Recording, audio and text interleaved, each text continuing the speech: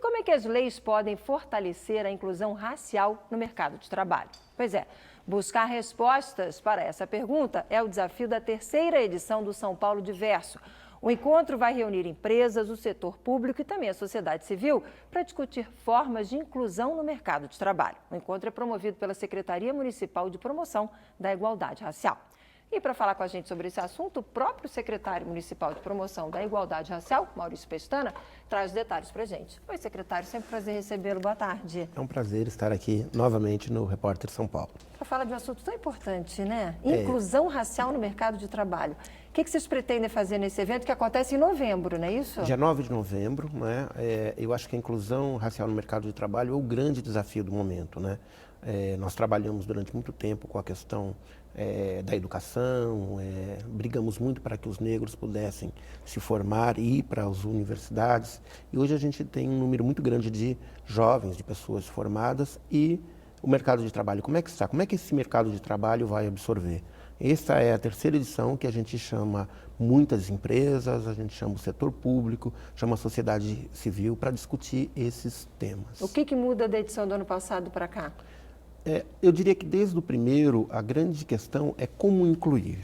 Agora, o ano passado, a segunda edição, a gente percebeu que uma das formas e uma das dificuldades que as grandes empresas têm é de encontrar esse profissional negro, né? Até porque a legislação ela complica um pouco.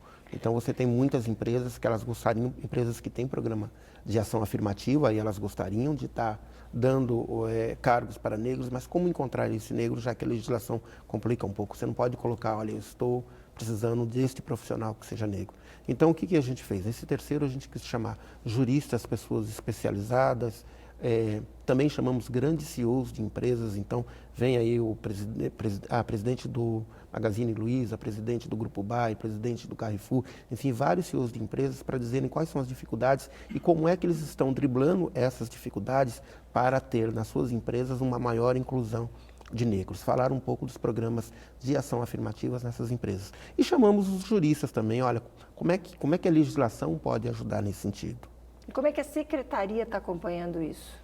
Olha, um dos programas que a gente tem, o programa mais forte que nós temos na secretaria é o programa de cotas, né? Ou seja, a legislação da prefeitura já nos ajuda. Nós temos que ter 20% de negros em todos os cargos, inclusive nos concursos públicos. Quando nós começamos a chamar o setor privado, a gente percebeu e ouviu o setor privado e falou, mas você tem uma legislação, nós não temos uma legislação, né? Então, a gente quer colocar um pouco essa discussão. Alguns CEOs acham que tinha que ter uma legislação, outros acham que dentro da empresa tem que ter metas, né? Atingir determinadas metas. E é importante falar que essas discussões que acontecem no São Paulo Diverso, ela fala dos grandes cargos, porque, em geral, hoje a gente tem um problema de discriminação no mercado de trabalho e tal, mas é menor quando são os cargos que a gente chama de chão de fábrica. O grande problema é quando você vai elevando, quando você tem os cargos de direção. Quando você pega os cargos de decisão, de direção no Brasil, aí é quase inexistente a presença de negros. E qual é a sua avaliação para isso? Por que isso acontece? Olha, eu acho que há uma cultura no mercado de trabalho brasileiro, e aí advém também um pouco da história do negro nesse país, né? Então, nós passamos durante muito tempo, como nós saímos da escravização com educação, com saúde, com habitação, tudo inferior aos brancos. Então, a gente seguiu quase que o século XX inteiro. Então, havia muito uma desculpa, olha, mas os negros não têm educação, eles não estão preparados. Isso não acontece mais, porque só nesse século, e são 16 anos, via ProUni, via cota nas universidades, via uma série de outras ações que o Estado brasileiro fez, nós saímos de 2%, quando viramos o século, para quase 20%. Então, hoje você tem muitas pessoas preparadas, mas tem uma cultura no mercado de trabalho ainda que diz, mas não está bem preparado, não está preparado, ou eu não encontro. A ideia do fórum é exatamente mostrar onde é que estão esses negros. Então, nós temos lá universidades também que fazem parte do fórum. Nós temos, assim, a sociedade civil para dizer, olha, existem esses negros. O que precisa é discutir como é que a gente consegue incluir essa camada que está cada vez maior, porque ela está mais preparada e se formando para o mercado de trabalho. Secretário, agora na outra ponta tem gente que critica as cotas, tem gente que critica esse discurso, dizendo que essa sim é uma forma preconceituosa de ver a situação. Como é que o senhor responde a isso? De forma alguma, todos os números dizem isso, é o IBGE, é o IPEA. Eu acho que isso é um processo até de gente muito mal informada e até agindo de má fé.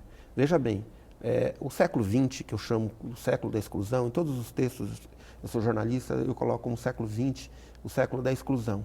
Nós tivemos 2% dos bancos das universidades ocupada por negros. E é exatamente essa política que é tão criticada pelas pessoas, de cotas, de reserva para negros e tudo mais, que tirou, mudou essa situação. que mudou. Hoje nós somos 20%. Por conta disso, porque se nada fosse feito, seria a mesma situação. Seria a mesma situação. Aliás, não fomos nem nós que indicamos isso, quem indicou isso foi uma pesquisa do IPEA no começo desse século, que falou, olha, se nada for feito, os negros vão levar quase 200 anos para se equiparar aos brancos na educação no Brasil. Só que hoje a gente está num processo muito rápido. Agora nós precisamos que isso aconteça no resto da sociedade, também no mercado de trabalho e em outras áreas. E para participar do evento, o que tem que fazer? As inscrições estão abertas. Vamos colocar na tela, gente. A gente tem aí o site do evento, que acontece no dia 9 de novembro, como o secretário falou.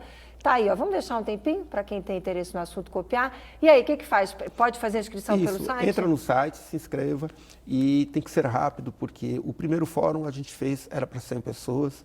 No final a gente teve que mudar de local, porque mais de 300 inscritos. O segundo, mais de 500 pessoas, a gente mudou para o AMB.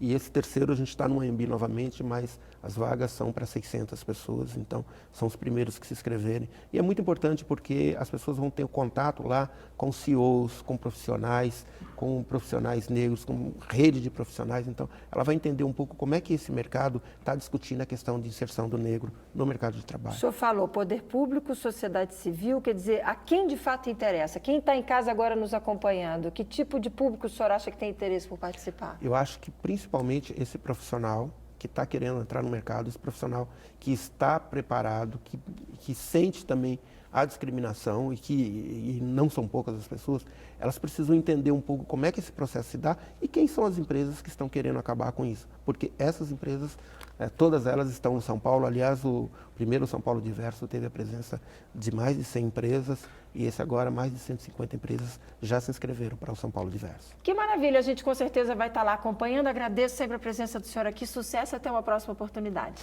Eu é que agradeço estar aqui novamente. Sempre, secretário. Boa tarde, até a próxima. Boa tarde.